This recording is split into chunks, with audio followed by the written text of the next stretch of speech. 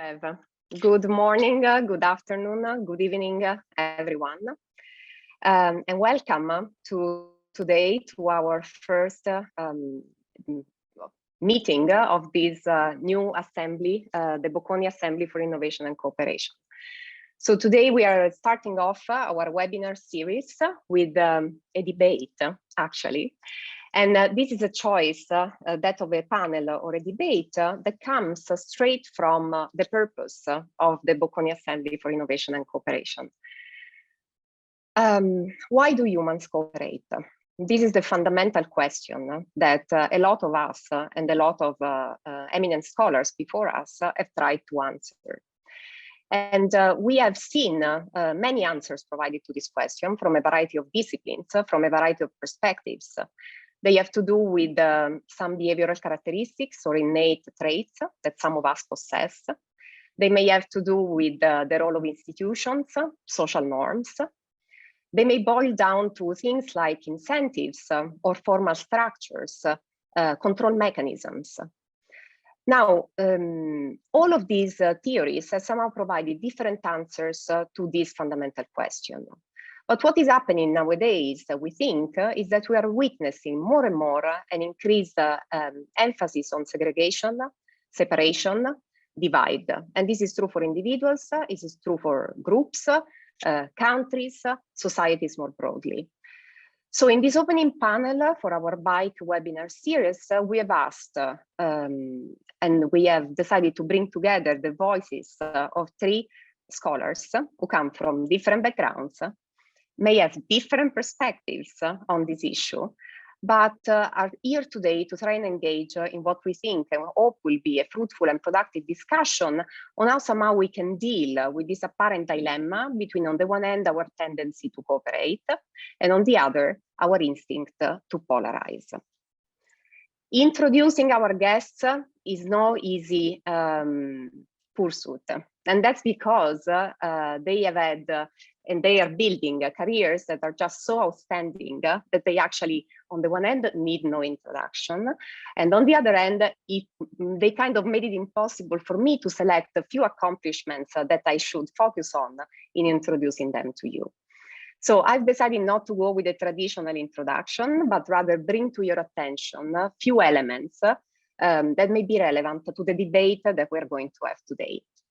So let me actually start with Paul. Paul Adler is Professor of Management and Organization of Sociology and Environmental Studies. Jada, sorry, yes. Were you intending to have us go through your presentation too as you're going through? Because we're only seeing like a PowerPoint version that's not presentation view.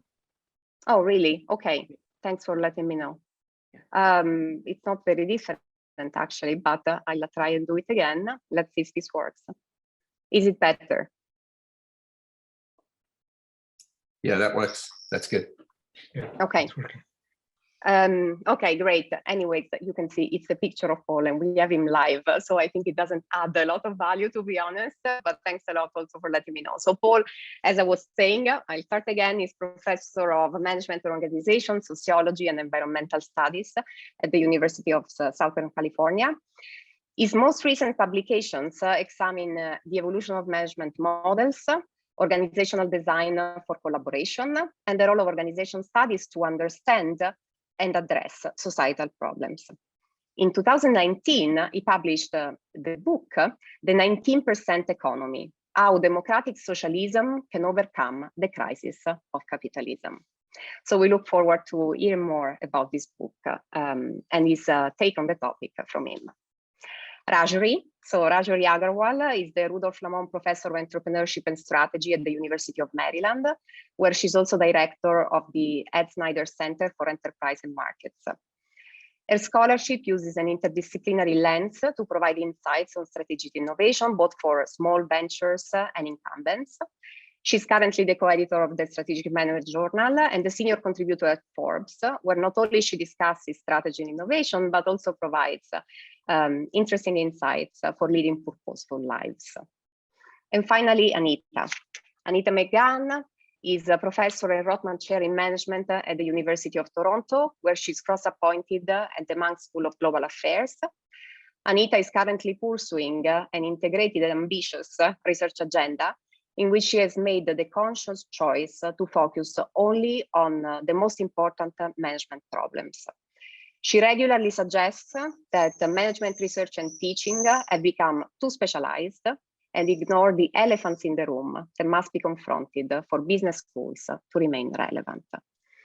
So we look forward to hearing from them, and I would like to thank our panelists for being with us today, for having accepted our invitation. Just a few words before we get started in terms of what the agenda for the day. So we'll start with the presentation by our panelists in the order in which I introduced them to you. So Paul will go first, followed by Rajri, and then Anita. Then we start a conversation over some common questions, trying to look for common themes that emerged through the presentations. We'll do this on the fly, so we'll see, depending on the different presentations, what to discuss mostly about. And then we'll start an open Q&A with the audience. Given the numbers, I suggest that what you can all do is to raise your questions and make comments using the chat function, and we will try to make selections from the chat of questions that may actually be addressed by the speakers during this time that we have together. So without any further delay, let me stop sharing and let me actually pass it over to Paul. The floor is yours. Thank you so much, Gaeta. It's just a treat to be here. Thank you to your colleagues too at Bocconi who organized the program and invited me to participate. I'm honored to be part of such an interesting discussion and panel with such great colleagues, and eager to lay out some ideas for you all today. In preparing for the session, Jada offered us a few guiding questions, and I, dutiful student that I am, I both followed them and then decided to adapt them a little bit. So what I thought we'd do is start with the broad question that Giada just put to us: what explains the success of cooperation and collaboration in an era of division? And then go on to the question of why collaboration as a more advanced form of cooperation seems to be becoming more common. And finally, how cooperation and collaboration can be sustained, or whether they can be sustained by public policy. So let me just run through the outlines of an argument, and then hopefully that'll set up a nice space for conversation, and we'll see where my colleagues want to take us all. So yes, to begin with, I wanted to differentiate collaboration from cooperation, where I see collaboration, not trying to be esoteric about it, but where I see collaboration seems like a richer, more interactive form of cooperation. And then I want to differentiate that broader category of cooperation from its opposite, competition. And so my starting point is the question, why does cooperation persist in a world where so much is based on competition? And then we can turn to the question of why collaboration is emerging as a more advanced form of cooperation. And as Giada anticipated, I'll be picking up on some of the ideas I developed in my book on the 99% economy, published a couple of years ago. And what I want to do, it's perhaps unusual and controversial, but perhaps helpful in being a little different, is draw attention to the forms of cooperation and collaboration versus competition and division that flow from the fundamentally capitalist character of our economy and society. So my focus is on the commonalities of capitalism that transcend the varieties of capitalism. What are those commonalities? I take them to be, I don't think it's very controversial, I take them to be private property over society's means of production. The fact that most producers are not independent producers, they don't have access to the means of production or other sources of income, so they work for other people in exchange for a wage or salary. Third, government is separate from and dependent on the private sector economy, which produces the bulk of society's wealth and prosperity. And then finally, I'd add one more, that the world, in a capitalist world, our society is divided into sovereign states. And I'm going to leave aside for now other types of divisions that really matter a lot, obviously, divisions of race, of gender, and religion. And I want to focus on the divisions and indeed cooperation that flow from this fundamental form of society that we all share, at least in Western Europe, North America, and increasingly other parts of the world too. I see it on the one hand, I would say capitalism is built on a series of pretty fundamental divides. Divides between firms who have to compete for profits rather than cooperate for the social good. Divides within firms between workers and employers. Workers are merely employees employers dominate and exploit wage labor. They dominate because they direct the labor process, and they exploit because that's where the profits come from. Divide too between society and government. Private interests in the business sector in particular dominate the public interests that govern, that should be guiding our government action.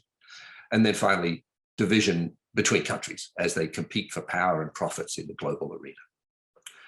But capitalism, I think, also mobilizes cooperation across all four of those dimensions too, and ever more so, I would say, over time. Between firms, we have cooperation in supply chains, supplier associations, trade associations, cooperative standard-setting bodies, and we see this growing fabric of interdependency and cooperation in global supply chains. Within firms, cooperation is critical too for the success of what Marx called the collective worker, the combination of workers, technical experts, and managers too, that's so critical for the efficiency of an operation, quality and innovation. And within firms, as they tend to grow larger over time, we see increasingly complex webs of cooperation within firms.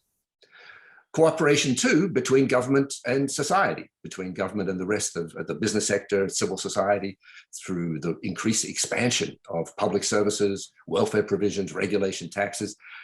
The role of government waxes and wanes, but over long periods seems to grow as capitalism grows. Government's role becomes ever more important over the long run because public goods become more important to the success of private enterprise in the form of public education, infrastructure for communication and transport, support for critical industries, advanced R&D, all that good stuff. And then finally, at the global level, cooperation expands, I think it's fair to say, over time, because international intergovernmental bodies mobilize to meet the increasingly salient and urgent global needs. Integration of the world economy and the telecommunications fabric pushes towards more cooperation and international organizations grow in density. So in sum, I would say the content of our productive activity is deeply and increasingly cooperative, but the social form it takes under capitalism is deeply divisive. You'll forgive the vague echoes of Hegel here. Hegel tells us form can sometimes contradict content. And that's the way I see capitalism. The content grows, our prosperity hinges on increasing cooperation through the increasingly dense fabric of interconnection, but the form that it takes under capitalism is deeply divisive. That combination has yielded great improvements in our standards of living over the centuries, but it's also yielded enormous waste in misdirected competitive moves, a waste of workers' human and productive potential, governments that are unresponsive to the needs of people and planet, and it's yielded a world that's incapable of working together to deal with the big challenges of our time, whether it's hunger, malaria, let alone the climate emergency. So as I see it, over time, the content cooperation keeps developing under the stimulus of capitalist competition, but the persistence of that capitalist form is increasingly a limitation on the further development of that content. Marx tells us the capitalist relations of production that are based on private property are increasingly a fetter on the further development of the productive forces through their increasing socialization. In other words, capitalism greatly stimulates growth in productivity, but the potential for a good life for all that's afforded by that productivity growth is thwarted by the persistence of the capitalist form of society. And if you needed any further proof, I think the climate crisis is emblematic. As a result, I think social tensions accumulate. A period of revolutionary transformation is brewing. Growing popular anger fuels right-wing populist movements, but can also become a force of change for progressive forces, I believe. So collaboration in this context, as I see it, is a more advanced form of cooperation and it is indeed becoming more common, I think. Two forces intrinsic to capitalism push towards more cooperation and more collaborative forms of cooperation: competition between firms, the increasing nature of that competition, the increasing turbulence of the world economy drives firms to collaborate more, drives increasing more expansive role for government in society and the economy, and an expanding role for international bodies that aim to resolve that sometimes try to resolve our shared big global challenges. So let me go to the the main point here, can cooperation and collaboration be sustained by public policy given these tensions, these forces of division in a capitalist society? Let's make sure we understand the basic challenge, at least as I see it. I take as axiomatic that unregulated markets fail to yield anything close to an economic optimum due to the prevalence of factors like economies of scale, externalities, information asymmetries, all that good stuff that we learn in our Economics 201, if not in Economics 101, destroys the beautiful Arrow-de-Broek theorem. Axiomatic too, I think, that as long as profitability remains the sine qua non of the firm's existence, so long as firms have to compete successfully for profits or die, then the goodwill of CEOs or of conscious consumers, investors, workers, and suppliers are not going to get us that much closer to the social welfare optimum that we would desire. So government has to step in and mitigate these market failures through regulation, and has done so over the years. And I do think the risks of government failures, as distinct from market failures, is grossly rated by some of our friends. So I think I should say I think government regulation can considerably enhance societal welfare even in the context of capitalism. But my premise, the point here I'd like to make is that so long as the stability of government depends on the profitability of the private sector as a whole, there are very severe limits to what a regulated form of capitalism can achieve. If it oversteps those limits, business failures start multiplying, unemployment increases, and the government loses its legitimacy, loses its tax base, and falls. And as a result, no government in a capitalist system is able to solve some of the most basic and urgent problems we face: the climate crisis, the recurrence of economic cycles, financial crashes, periods of mass unemployment, massive waste, and unmet economic needs, the social disintegration exacerbated by the very uneven nature of capitalist growth. There are very severe limits to what a regulated form of capitalism can do to solve these fundamental problems. In political science, the theory I'm advancing is called the structural power of business, and I think it's a fundamental feature of capitalist society that we live in. So yes, public policy can resolve some of the tension between competition and cooperation, but it can only successfully resolve that tension and if we transform our economy so that private interests no longer dominate the formation of public policy. The only way we can do that is if we ensure that the prosperity of the country is based mainly on socially owned and publicly owned enterprises and not public enterprise. So long as the prosperity of the country hinges on the profitability of private enterprise, government action is hobbled. That's why I advocate democratic socialism. Socialism, because society's most important means of production should be public property, not private property. Otherwise, we're constantly under the dictatorship of capital and profit. And democratic socialism, we need to extend the principle of democracy from the political realm to the economic realm so that we can steer together the deployment of our economic resources for our shared prosperity, for the well-being of people and the planet. We can talk later about where our current theories fail and what new perspectives might be helpful there, but let me offer that as a starting point for the conversation.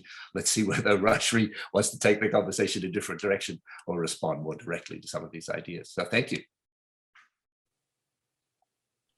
Thanks a lot, Paul. So that was very interesting and stimulating. So we'll now move to Rajari. We see your slides. Great. Thank you. Thank you, Jada. Thank you, Devev. Thank you, all of our colleagues at Bocconi, for providing us this exciting platform. Paul, I can already see where I can learn a lot from engaging with you. So I have prepared a set of slides on cooperation in the age of divide. And in particular, I am going to take at least 3, if not all 4 of the guiding questions that Jada posed the panelists to talk about. So how can it be sustained? What has changed? And what new perspectives are necessary? And I think here I'm going to follow the historical patterns to remind us that historically, we've actually lived in ages of divide. Whether this is Alexander the Great conquering India, to Rome invading Britain, to more recently, Egypt being invaded by Britain, it's always been that we've been divided by country, by race, by religion, by gender. And so in this context, North, Wallace, and Weingast talk about the role of violence and social orders, where they say that all societies must deal with this possibility of violence. Most societies limit violence by political manipulation of the economy to create limited access, privileged interests. They call this the natural state, where a few powerful control all of the resources and capabilities that are available. Modern societies, particularly in what we call capitalist traditions, have created open access to economic and political organizations, fostering political and economic competition. These, they say, are much more fragile and require conscious effort to maintain because of this natural tendency to want to use force or violence to take your interest and supersede it over others. Now, a critical point in their argument is impersonality. It's a central feature of open access societies. Everyone is treated the same. Now, of course, this doesn't mean that this perfect ideal, this nirvana, is automatically achieved. And over history, you've got different societies grappling with this issue of how do you maintain open access in an environment where there are pressures in order for the elites to keep to the elites, and how do you create this upward mobility? So in this context, let me also share with you something that I personally find very, very inspiring, and in fact carries me through the year. And this is the SELF program, which is a high school program that I run every year at the University of Maryland. I've had the privilege of Charlie and Alfonso's daughters taking this program with me. So what do we talk about in this SELF program? As you can see here, Simone is engaged in the icebreaker candy trading game. Now, part of what we do in this is so I, as the benevolent social planner, assign different candy to different people.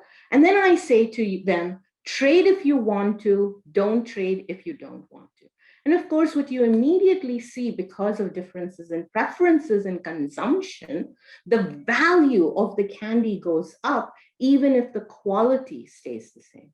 And then I switch it to saying, let's move from the primacy of consumption to the primacy of production. What is it that you all are choosing to spend your productive life for the rest of it? And immediately we get into specialization and we get into trade. Fundamentally, this idea of free voluntary trade relies on the trader principle that preserves human dignity. A trader does not treat men as masters or slaves, which is what the violence in the closed access societies or the typical historical ones lead us to do, but as independent equals. Notice that the term independent equals here is in the political sense of having the freedom to engage in voluntary exchange, an exchange which benefits both parties by their own independent judgment. This equality does not require economic equality. Political equality is a key underpinning of voluntary trade. So what does this mean for those students who are trying to define their purpose? And I talk about how they need to be thinking about solving problems that are meaningful for themselves, and in doing so, using trade. And so their purpose, they often define as doing something that makes the world a better place by making it important to themselves. So in this context, they need to think about what are their abilities, their aspirations, and then how do they engage in mutual trade with others so that they can solve problems, i.e., create value first. If they're not, it's a lose-lose. If it's a lose-win or a win-lose, it ends up not being sustainable and it ends up being a lose-lose. And so the only sustainable relationships are those that are win-win.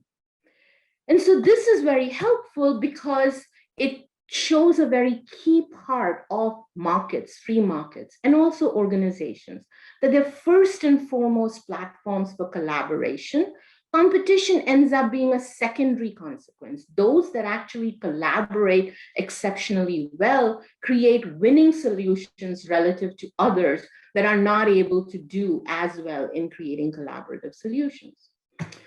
So the trade of Sudoku that I often talk about to them, it has 9 parts, as does a Sudoku. I ask them to think about what are they themselves and who's the you that they want to collaborate with. And we often think about trade very transactionally. What am I doing? What are they doing? But this view of collaboration requires them to think about what are we trying to accomplish together. And underpinning these are not only their aspirations, but also their complementary capabilities. So for me, trade matters because it allows the beauty of this for each and every one of us to achieve our purpose individually and as equals, politically equals. So while I was doing this 2 years ago, I came across this article that created a visceral reaction in me. And this is an article about the French telecom company Orange that were prosecuted and aiding suicides within their workers. And of course, let me be very clear, I do not condone these executives for the toxic environment that they created in this us versus them between workers and owners, if you will. But what I found very interesting, which I included in that Forbes article on human dignity and the principle of trade, is that what was not on trial is the underlying system that thwarted mobility in the first place. Rather than allowing people to move freely, France set up its workers as employees for life in order to preserve supposedly their dignity. But rules against firing also means less hiring. And in work that I've done with Evan and with Justin, we show that labor markets with high levels of constrained workers, even those that are unconstrained, receive less job offers, are less likely to move, and have lower wages. And then I talk about in this article the fact that the reconstruction, the restructuring was not enabled because of these laws, which caused these executives to have no recourse but to create situations where they were trying to force people to leave. And as a result, it ended up being a huge lose-lose. I end this article talking about the fact that lack of exchange robs humans of their humanity, as was evidenced by these executives in this particular trial. The people of France, as do the self-students, Quentin, and Priya, deserve better from us. So upward mobility is a cause and a consequence. It's an exercise of human agency, which is underpinned by this recognition that each and every one of us has right to life, liberty, and pursuit of happiness. Notice that it is not saying that it has rights to economic goods created by others, because your pursuit of happiness is what you're allowed, not a guarantee. It is also an outcome of open access institutions that enable trade and human agency. Political equality, impersonality enables upward mobility in economic, psychological, and intellectual realms. So what has changed? Clearly, today's socioeconomic problems are real, and they cannot be minimized. Indeed, they reflect past dependencies of evolving societies who have inherited imperfections and require a continued commitment to collaboration through trade. In this context, in fact, Eric Hoffer was one that had predicted in 1960s and 70s the nationalist movements that we see. He talked about the fact that mass movements begin with a widespread desire to change from discontented people who place their locus of control outside their own power and who have no confidence in existing cultures and traditions. One of the things that he noted, 2 common elements of mass movements: a focus on collectivism rather than individualism, usually a blend of nationalist, political, and religious ideas. And it's a focus on competition or the view of the world as a zero-sum game. So what does this mean then? More government seems to be the solution. A recent Gallup poll says higher than the majority of US citizens now want government to solve more problems in the United States. Why? Not going to have the time to talk about this in detail, but I believe that it's an increasing conflation between negative rights and positive rights, negative rights being liberty, positive rights being entitlements. It's a conflation between political and economic equality, where political equality is government process to ensure equal treatment of individual, whereas economic equality is equal outcomes in terms of income, wealth, and resources. And it's a conflation between economic power and political power, where economic power relies on voluntary trade, as we've just seen, whereas political power relies on monopoly of force. In addition to that, there is this tendency that it's being combined with personalization of each side in terms of race, gender, nationality, country of origin, and the use of government force for quicker fix of their own problem. So you see this in the rise of the American white working class that feels that they're being disenfranchised, in addition to concerns about racism. But increased government intervention naturally means that those fragile open access institutions are now at stake. It means increased cronyism and creation of limited access societies. So in my most recent op-ed, I rely on research that examine the American Recovery and Reinvestment Act, and surprise, surprise, of course you see that those campaign contributors that gave money to the winning politicians received disproportionately 38 to 37% of the ARA funds were channeled to them directly. And job creation was not only lower, but at a much, much higher cost. So you see cronyism, and cronyism is not capitalism. Let's not even think about creating the two to equating the two together. So what new perspectives are necessary? Again, part of it, this is a great book by Jason Brennan on Why Not Capitalism, which takes this nirvana fallacy on, that this comparing ideal socialism against practical capitalism. And so he makes a very cogent point about the fact that if you compare ideal capitalism to ideal socialism, socialism is beat. If you compare practical capitalism to practical socialism, socialism is beat. However, more and more, I'm convinced that calls for limited government intervention, making sure that you truly have free markets and trade and open access institutions, cannot be on the basis of economics alone. I think what we need here is to claim high moral ground for collaboration through free trade, but also employ social psychology lens. We spend a lot of time talking about the powerful and those comparisons that you can make about what the powerful ones do. I want to just take the last few minutes to talk about social psychology through social comparison lens. So here's, of course, a very natural view of where kids are comparing each other on heights, right? So you can think about upward comparison and about downward comparison. Now, this is where the competitive aspects can be very, very true at the individual, organizational, and societal level. The negative effects of upward comparison, this is something that I would highly recommend Jackson Nickerson and Todd Zenger's SMJ article on this point about envy and social comparison costs, right? But he talks about how upward comparison can create envy and dissatisfaction. Downward comparison is different from upward comparison in that envy is about wanting something that you don't have. Jealousy is its dual when you fear that you would lose something to someone else that they don't have. Both of these, if you engage or indulge at an individual, organizational, societal level in these negative emotions, leads to sabotage, either for redistribution or for erecting barriers. So as a result of it, you end up with a lose-lose, no collaboration, with a primacy on static rents. It's a fixed buy, I need more so that you will get less. And the focus is on consumption. But that need not be the case. Upward comparison can create inspiration and hope. Downward comparison can create pride and benevolence.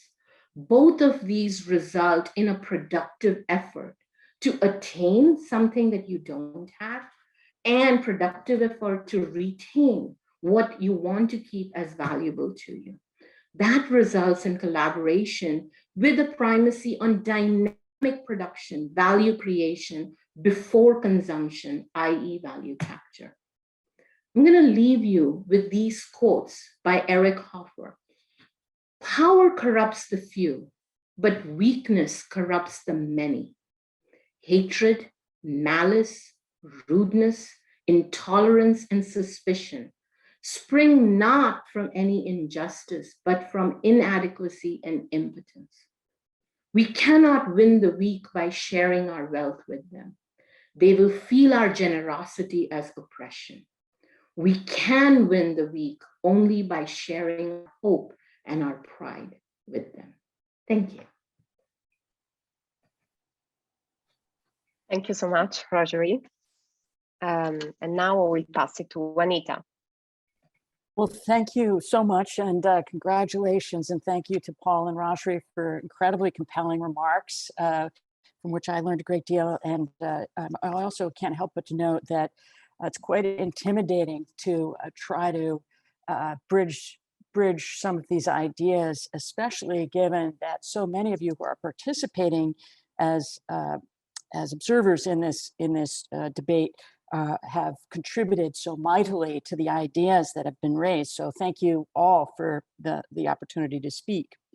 So I am in a middle place here and want to begin by explaining the ways in which I agree with both Paul and Rajari, and then I'm going to turn to some ways in which I disagree and concentrate my remarks on what I see as the implications for our field of these kinds of conversations. So let me begin by just talking a little bit about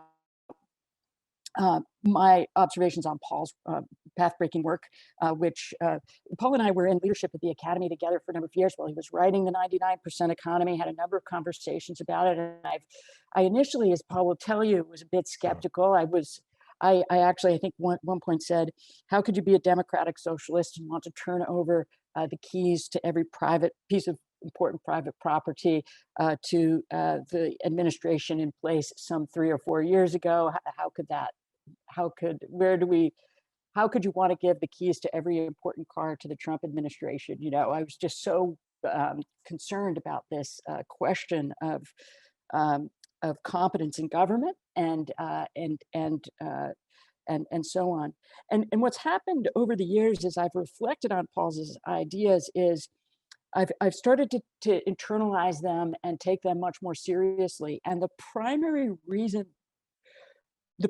one primary reason why this book should be read by everybody, Paul's book should be read by everybody, is because it explains the divide that we are all concerned with in a systemic way, in a more compelling way than any other book that I've read. So it's important.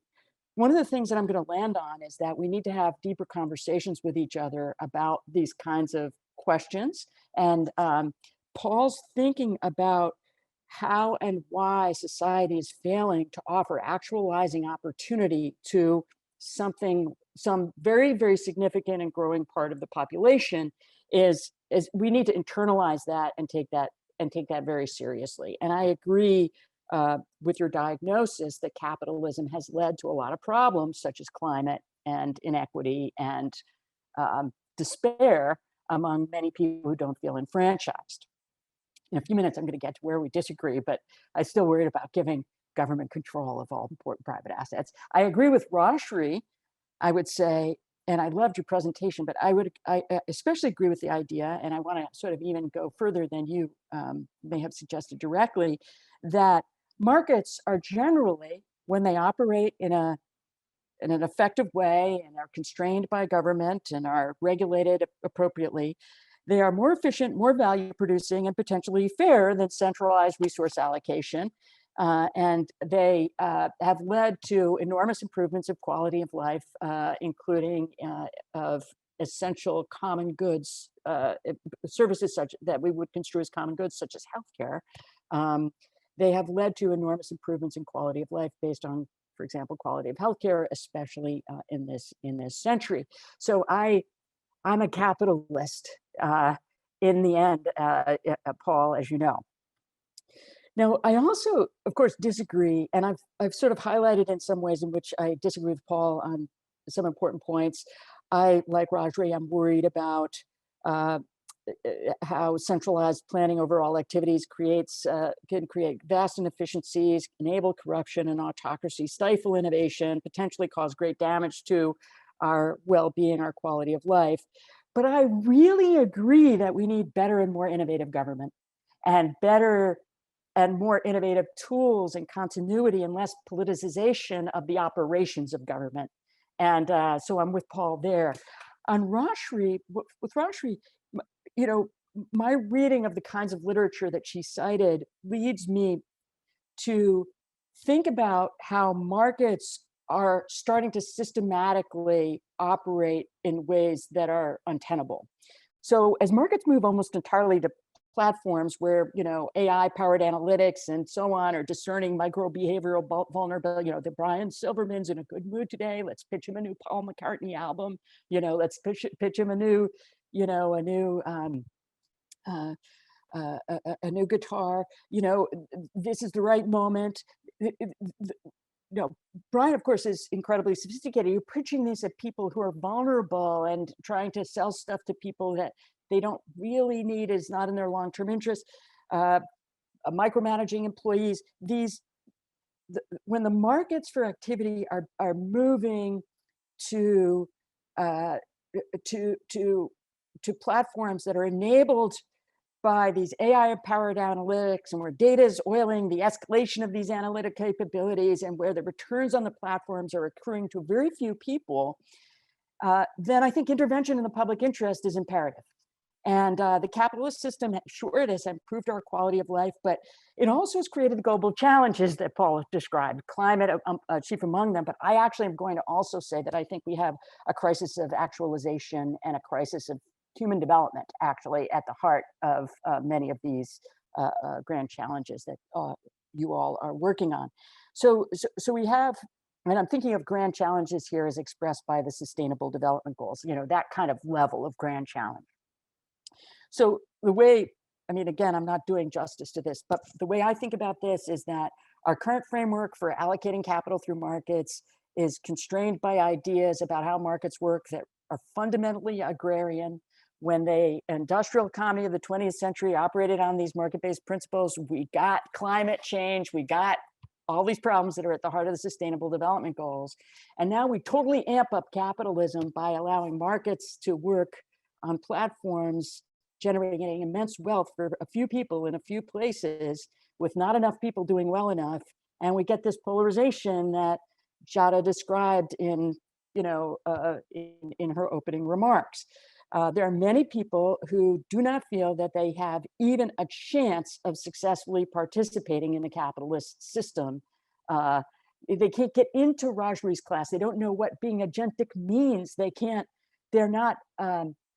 access the kind of inspiration and hope that Rajri, I think quite rightly, held up as something produced by the opportunity to trade. So the premises from which I'm operating involve ideas along the lines that all interests are both public and private. In fact, my internal personal private interests compete with each other inside me. Like, I want that cookie and I want to go to the gym, and I end up having the cookie instead of going to the gym. Or, you know, I don't want climate change, but I actually really sort of like driving my car, you know?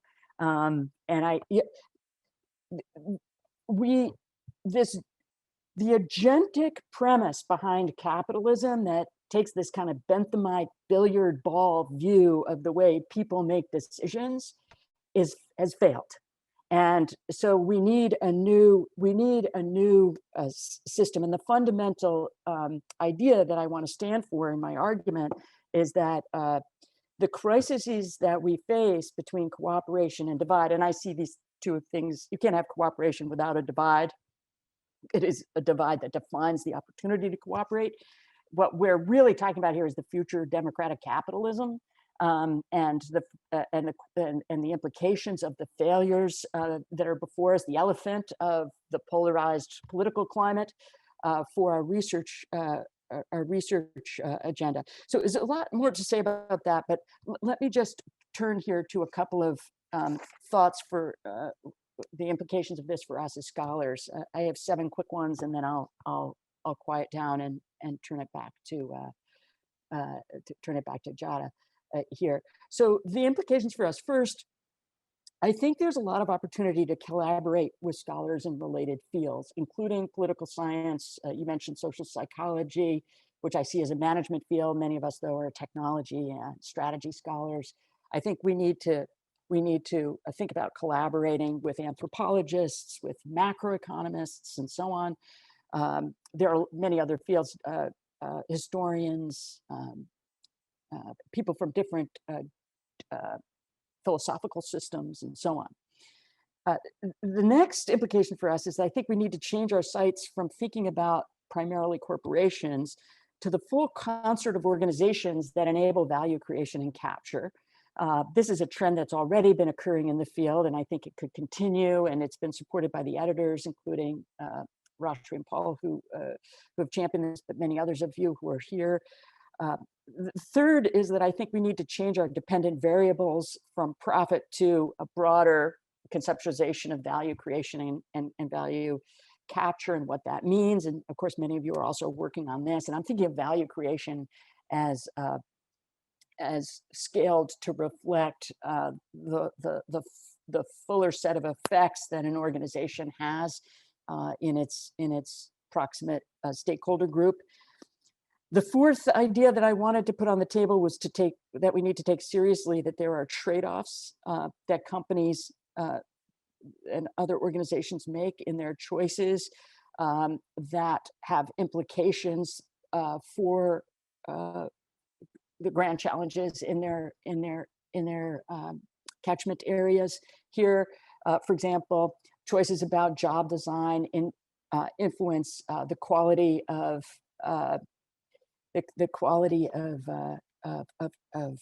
career opportunities that workers engage with, and that has a profound effect on people's quality of life over time. And we haven't developed in our field yet a deep shared understanding of how to study that. The next point, the fifth point, is I think we need to deepen our understanding of the value of scholarship that leads to conclusions that we disagree with. So in other words, what I'm saying is we need to be mindful of not becoming polarized ourselves. We need to be able to, I always think of professors as having an incredible social responsibility to steward constructive scientific dialogue in society, and to model constructive exchange based on a quality of commitment to the production of insight and knowledge. And it was wonderful to hear Paul and Rashri interact here because they modeled that for us. And I think we need to deepen our commitment to that and not be polemical ourselves based on what we like or don't like the conclusion that someone has reached as a result of their thoughtful scientific inquiry. We need to go deeper than that. The sixth thing I want to say is that we need to continue to contextualize the firm and to get rid of that Benthamite billiard ball view of people. I would love it if somebody would do a study of the fact that I still eat the cookie, even though I know I should go to the gym. Whoever's promoting that cookie at me may be super profitable at doing that, but we need to deepen our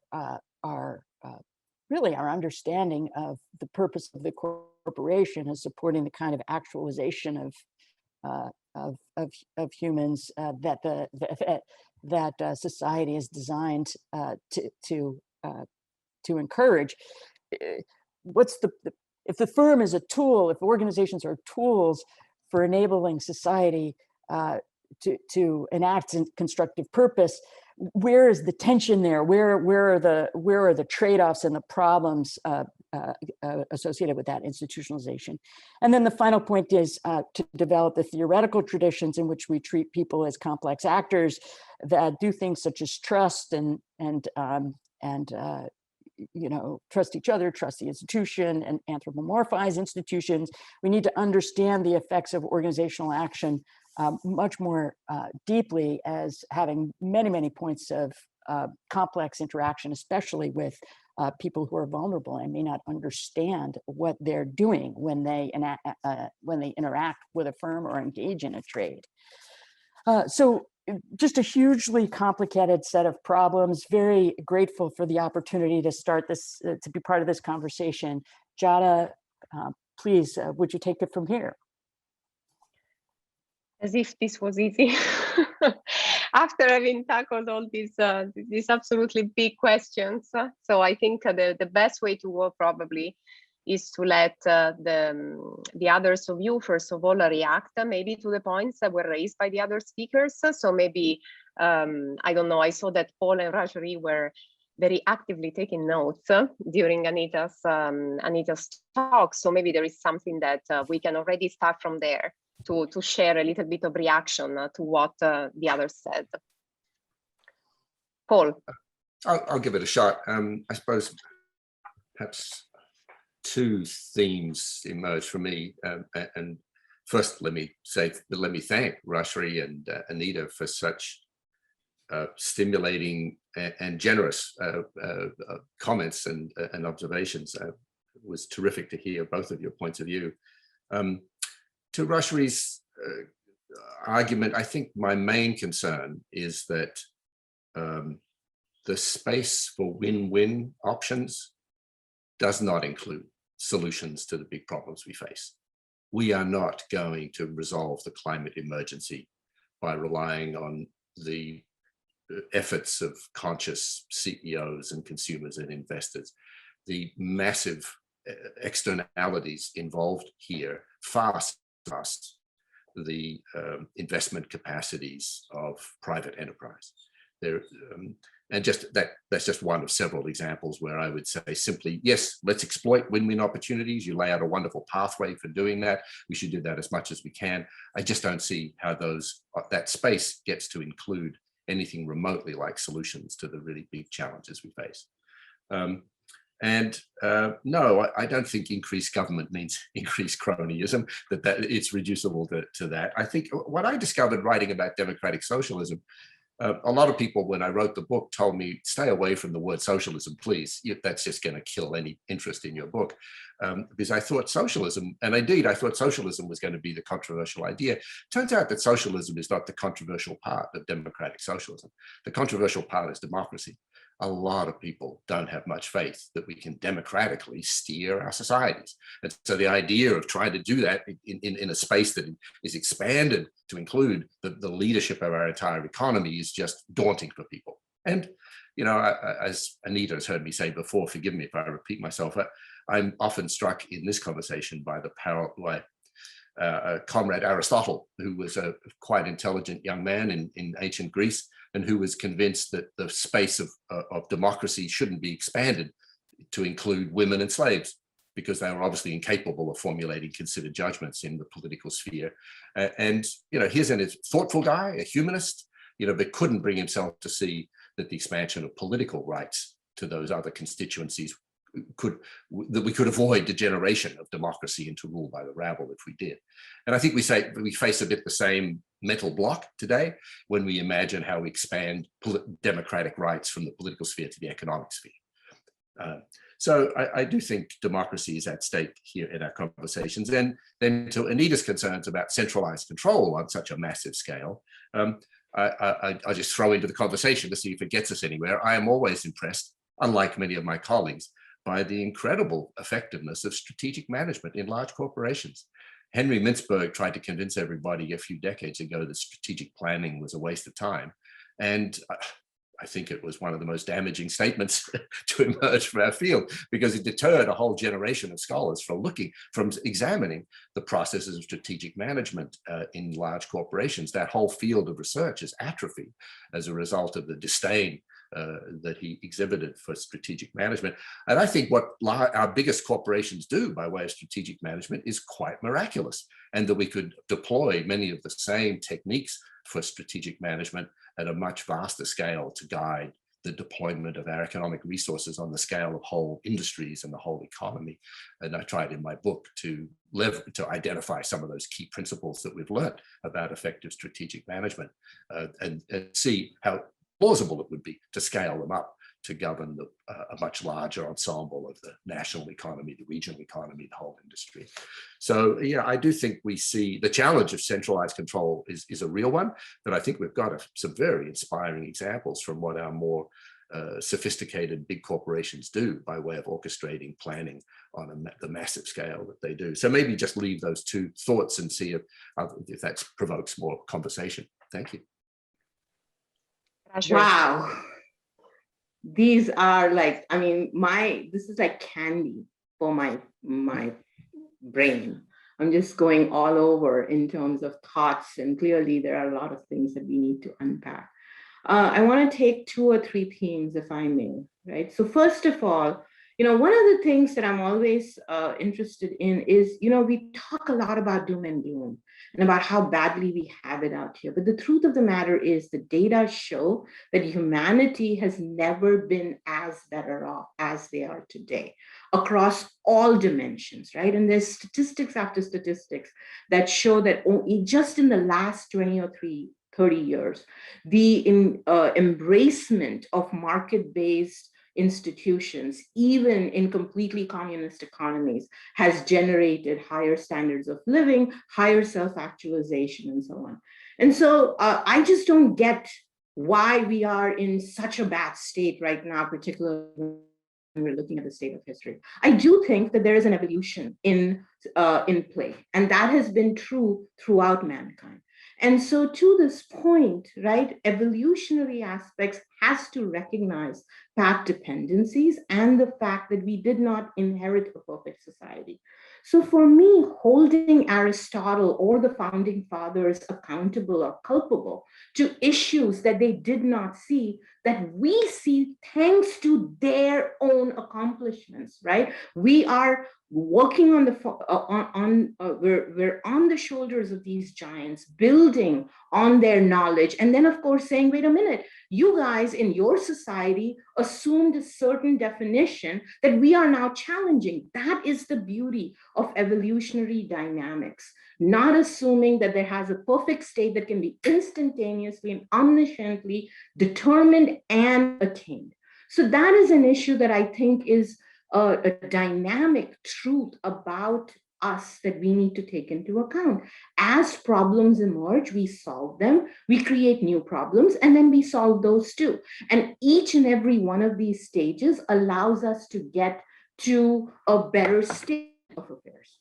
Now, to the point about markets as platforms creating, and there are so many grand challenges that individuals just cannot solve by themselves. Again, Audra Wormald is doing phenomenal analysis on mobile money. One of the grand challenges, sustainable issues, the sustainability issues that Anita raised was on this issue of alleviating poverty, right? And you see mobile money thanks to enterprising platforms being created by enterprising startups.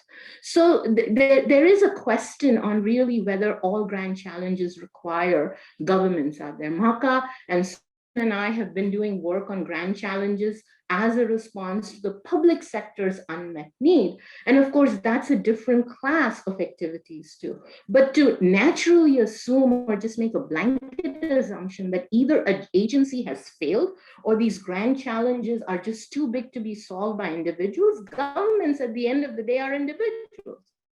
And if we cannot solve it through organizations and markets, what makes governments better at solving this? I don't get it, especially when governments are a monopoly on force.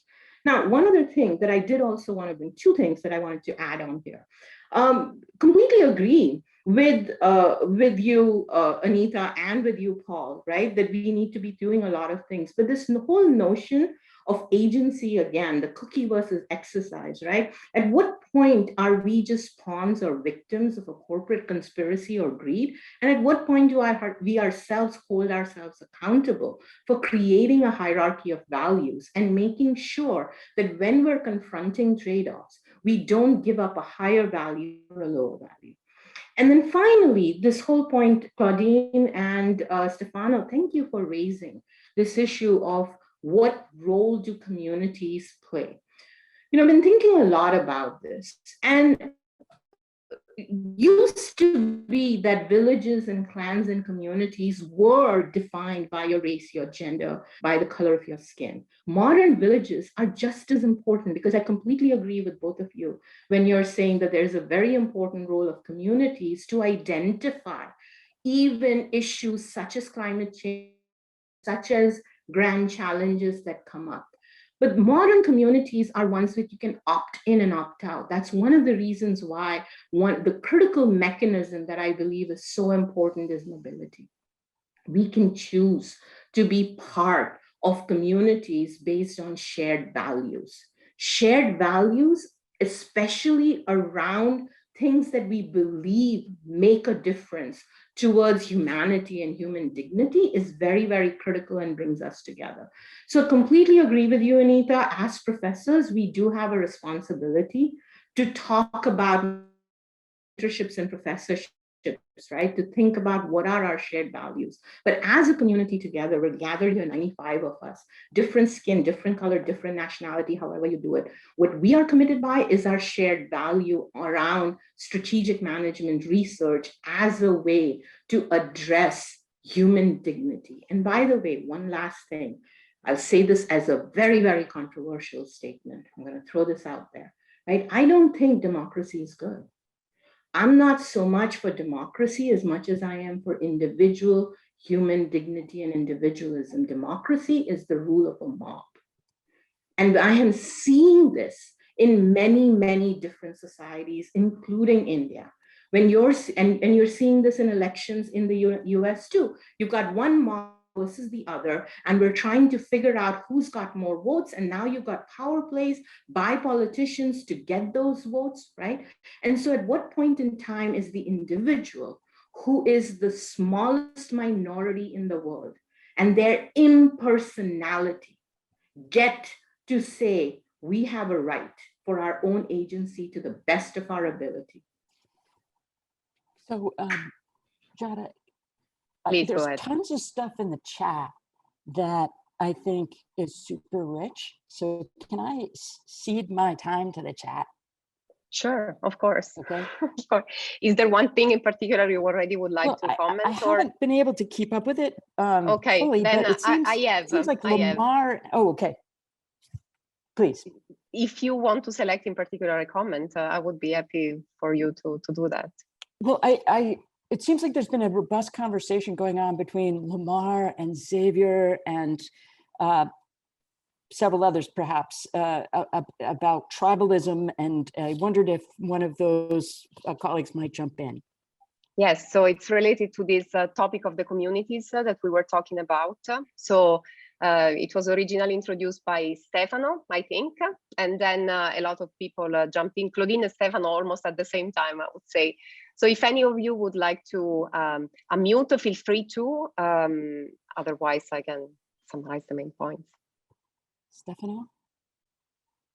Yes, well, now I feel very intimidated, but also privileged. What can I say? Just an obvious point that I do consider, you know, corporations, national states, all form exceptional forms of communities, very complex perhaps, but you know, this is really kind of preoccupying me as a scholar. You know, why is that we have forgotten to focus on an institution, an organization that has been there for 2 million years, communities? That's really the very archaic form of organizing. And we temporarily forms of these primary form of organizing. So I think somehow a call for scholars would be to go back to a communitarian approach to the way we understand exceptional forms like the state, like corporations. That would be my view, if you like. And I think we can't separate this debate when we want to understand, how can we sustain collaboration in a divisive society. So some other inputs related to that. Thank you so much, Stefano, from the chat. There was a discussion about the fact that clearly also this particular unit of analysis is not immune to problems. The potential discussion that we had about somehow the dark sides associated also to communities. And if I may, I would also like to push back on one thing that Rajari said when she mentioned, she started to mention this idea of communities, and she said, yes, but it's actually good if you can opt out of communities. So my understanding of the way in which community works implies that this opting out rule should actually not be very salient for members. Otherwise, how can they make the commitments that are necessary for the social contract on the basis of which the community operates? So maybe all these different points, if anyone has anything to say related to that. Well, so is it all right if I just quickly respond? Please. Stefano, I agree with you. I think that organizations are tools for getting stuff done. Organizations are tools for cooperation. And I don't see such a great divide even between governmental and non-governmental organizations, as is evident in my own research. For example, on private military and security companies, private policing, and so on. Your need to call in the police, the public police, the city police, depends a lot on your ability to have private security and so on, for example. So that line between the public and the private, to me, is not so clean, in the first place. And in general, organizations are just tools for getting stuff done, and they're very contextually embedded, and their conveyances of mechanisms of cooperation. And I agree that we need to think about that more deeply. I would just also add that this kind of libertarian idea that what we all should be about is actualizing dignity takes as given that everyone can do that. And there are a lot of people who can't in the world. And most of the people who can't are not easily visible to us in our data sets and in our theory. And I think that has to change. That's a short, most summary way that I can respond to some of the things that Rashri raised. I see Claudine's and Xavier's hand also. Yes, please, Claudine, why don't you go ahead first? Yeah, I just wanted to bring up, I'm really curious to hear thoughts on just one last piece of this community sort of market state question here. And that is, so, for those of us that study business strategy, we teach our students to look for opportunities where to like improve the efficiencies of markets, because that's where, you get gains from trades and all of that. But it seems like a lot of that is substitutes for, what is, been traditionally functions of communities. And so, like the obvious, or the example that I'm really familiar with is like the advent of air conditioning and air conditioning systems. That was awesome for comfort in the summertime. But what that does is that brought everybody from sitting outside and talking to their neighbors to going inside their house and not talking to people anymore. And so I'm really curious about trying to bring sort of the business angle and the strategy angle into this, and thinking about, if we're studying, strategy and strategic concepts, how are businesses and what they're trying to do sort of influencing these three pillars, and how do we study that as scholars? Thank you. Who wants to go? I have been asked to unmute, so I gather. No, before you unmute, let's see if someone wants to react to Claudine's point. Sure. Yes, okay. Thank you, Xavier. Just a couple of words on community. I spent some time thinking about that issue too. I think it's a really a terrifically important set of concerns that our colleagues have raised in the chat here, and not having had time to process it all, I'm not sure I'm grasping all of the key points, but there's a few thoughts that come to mind. One is, within firms, there are also communities that form, and understanding the fabric of those communities strikes me as an important way forward in understanding the nature of our firms and the diversity across them and the forms of community that are created within them. Clearly, the development of those firms and the capitalist economic process itself has massive effects on the surrounding natural communities. If we differentiate natural or primordial communities, I think Coleman called them from purposive communities, such as are formed within firms.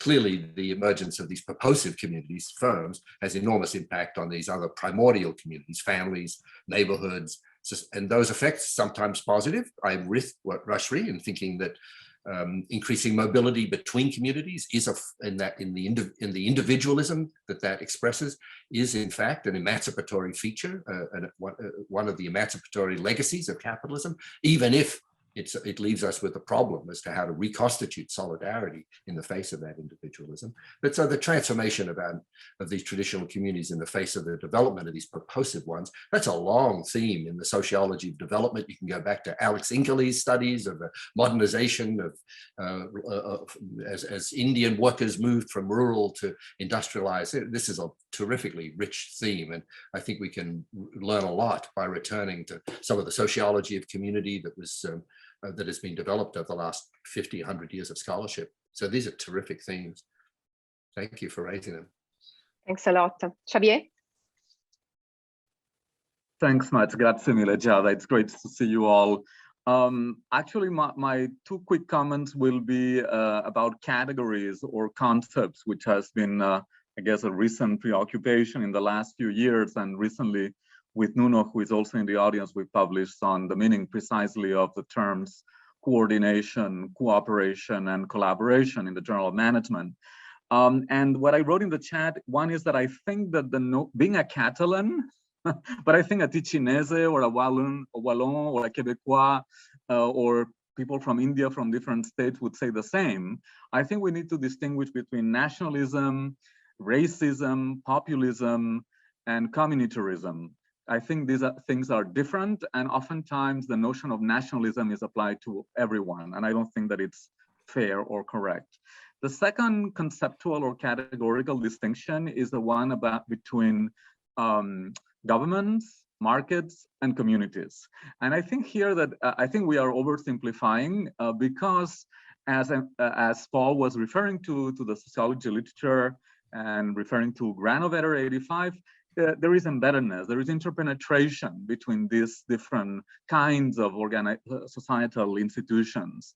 So I don't think that really separate, as also Anita was saying, right? There are revolving doors, there are ongoing relationships, there are family relationships in some countries more than in others. And communities can refer to both formal and informal organizations, as we were discussing with the web. So I think that we would help as organizational researchers or scholars, it will help to clarify what we mean by this concept, which are central to our conversation. Thank you. Thank you so much. Anyone wants to react to that? I want to cold call Lamar. Lamar, you've been cold. Thanks. Yeah, no, I mean, these are all really excellent points.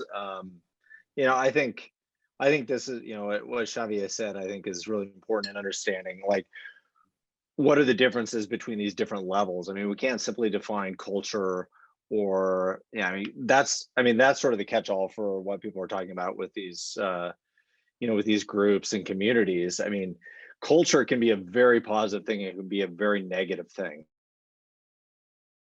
I know Xavier is often, really focused on this idea of what does it mean to be Spanish versus Catalan, and what you can see is that, like, look, I mean, within communities can be really powerful for economic exchange. I mean, they build trust, they generate economic development, a lot of collaboration. but they're also notoriously bad for creating competition across groups and conflicts. And so the question is about getting the level right. And so, I think what we should not take for granted, and Rashri made this point earlier, is that moving the level of community from the national level to the, whatever it is, larger than national level in Europe has been remarkably important. It's had costs, there's no question, but we shouldn't take for granted, for example, the fact that community and nationalism and all these different types of ways that we build these groups created war after war after war after war within Europe for hundreds and hundreds of years. I mean, this is the longest period of time without a war between countries in Western Europe I think we've ever had. So I think it's about getting the level right in these things rather than whether or not they're good or bad. Thank you so much. I would like to call on Brian, if I could, exercising Anita's example. Okay. Cold calling you, Brian. You're being called. Sure. Well, thank you, Rajri. I'll make sure to return the favor sometime. I put one thing in the chat. I guess I'll just come back to it. And this is going a little bit away from the issue of communities, but for me, I always this may just come from the Williamson training, but I always come back to the compare to what. So this is a bit of the challenge of comparing ideals to real and so on.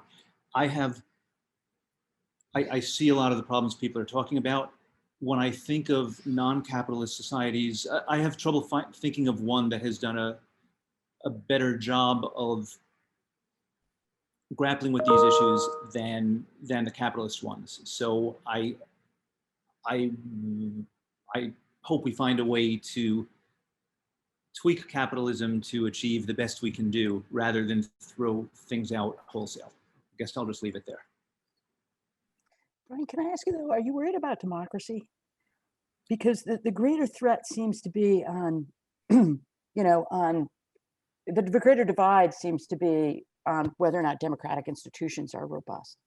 So there's democracy and there's democratic institutions, at least I guess the way I think of it. So democracy, Rashri was talking about the mob before, and whatever term you use, there's the issue of passions run very hot and quickly through groups of people.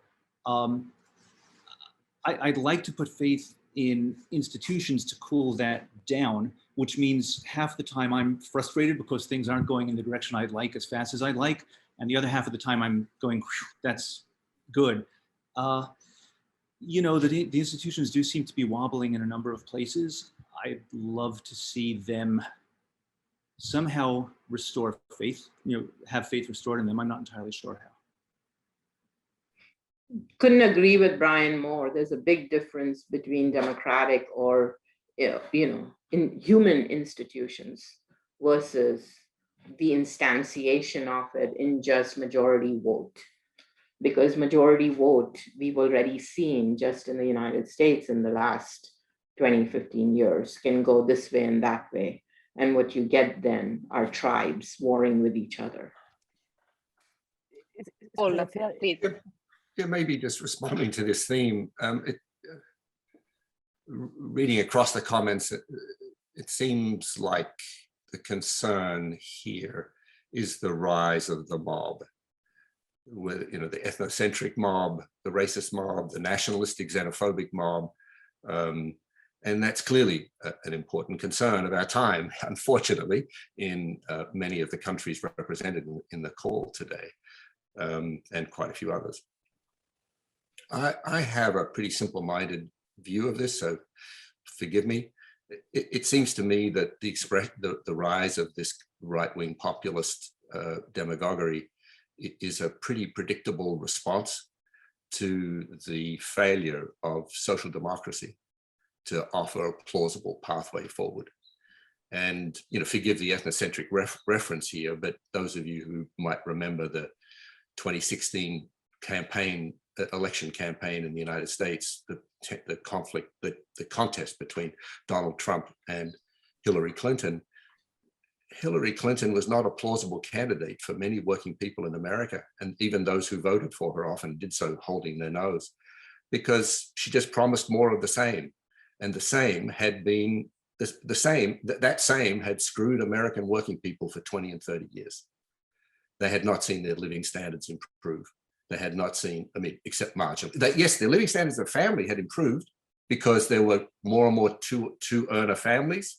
There were more and more members of each family working 2 and 3 jobs. So yes, living standards have improved, but at the cost of growing misery in family life and in the communities that they embody.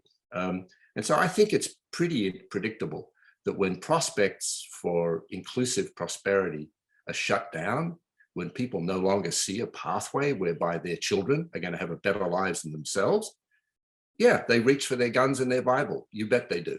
And that gives rise to populist, xenophobic. This is sort of like a truism in political discourse, right? So I don't think there's great mystery as to why we're all very preoccupied about these reactionary forms of community that seem to be reasserting themselves in so many countries. I think it reflects the blockage of a ruling class unable to take the leap to a more socialized form of direction in our economies. And I'll leave it at that, see how people react. Thank you. So I saw another comment in the chat, and I think this was related to something that Lamar said, and then Alfonso was also pointing at, related to the role of education. Since you just mentioned, Paul, the future generation, the children, and somehow how we can think of progress as we move forward also for future generations. So maybe, Alfonso, you want to raise the point directly? No, my point was super simple. My point is, and I do not have an answer, so it's a genuine question. Do you think that over time, the opportunities for education have actually become more or less widely available? And are there significant differences across countries and regions? And I come to this because I really think that the education is a great asset to create social mobility. Thank you. So, Paul, I see you are muted. Sure. Yeah, I think the development of educational levels across so many of our societies is a huge plus. It reflects the advances of capitalist development, the needs of capitalist industry for a more sophisticated workforce with broader cognitive horizons, with deeper social and cognitive skills. I think the development of sort of the, if you will, the massification of tertiary education is a wonderful a sign of the progressive side of capitalism. At the same time, the quality of that education is more or less adequate, depending on the country. In the United States, it's pretty obvious that we have some pretty severe deficits in our high school and elementary school education, not just in its ability to cultivate a sense of citizenship that's robust enough for a modern society, but also just in the simple inequities that characterize the access to education in our society, which is unusually deficient in this regard compared to Western Europe, I think. But yeah, I think education is a huge part of the process that we're talking about. And as educators, I think we have a responsibility to help shape the path of education in our societies, especially for us in tertiary education, where we face lots of really difficult challenges as to how to democratize, increase access, and ensure quality at that level. Okay, so I'm very conscious of time. We only have 3 minutes. So I just want to raise a very quick question for all of you, super short, okay? So what can we do moving forward? What do you think should be our priority number 1 in our role as business professors, educators? You interpret our role the way you want it. So Anita? More conversations like this, more work that's on these topics, and less worries about narrow stuff that we've already come to understand. Rajri? Agree with Anita and add that a bigger focus on human enterprise, less on economic lenses, and much more on political, philosophical, and more importantly, psychological factors that enable enterprise by individual abilities and aspirations being harnessed. Paul. And I'd wrap up by underscoring, endorsing, and loving Anita's recommendation that we broaden our reading. I am very worried about the next generation, the coming generations of management scholars, since that's most of what we do in this conversation is management stuff. Many of our younger management scholars are being trained in PhD programs where they only read stuff that's appeared in management journals. It's often only restricted to the last 5 years to make sure that what they're doing is relevant. And this is a recipe for intellectual suicide. We have to broaden the intellectual base of our conversations. We have to read more broadly. Anita mentioned anthropology, political science, history, literature. Rashri mentioned psychology and economics. Psychology and economics, we already know the importance of those disciplines for fueling our own with new concepts. But there's broad ranges of other disciplines which we have to bring into our conversations, and otherwise, we're just headed down the drain with ever narrower domains of concern, and this is not a healthy path of development for our discipline.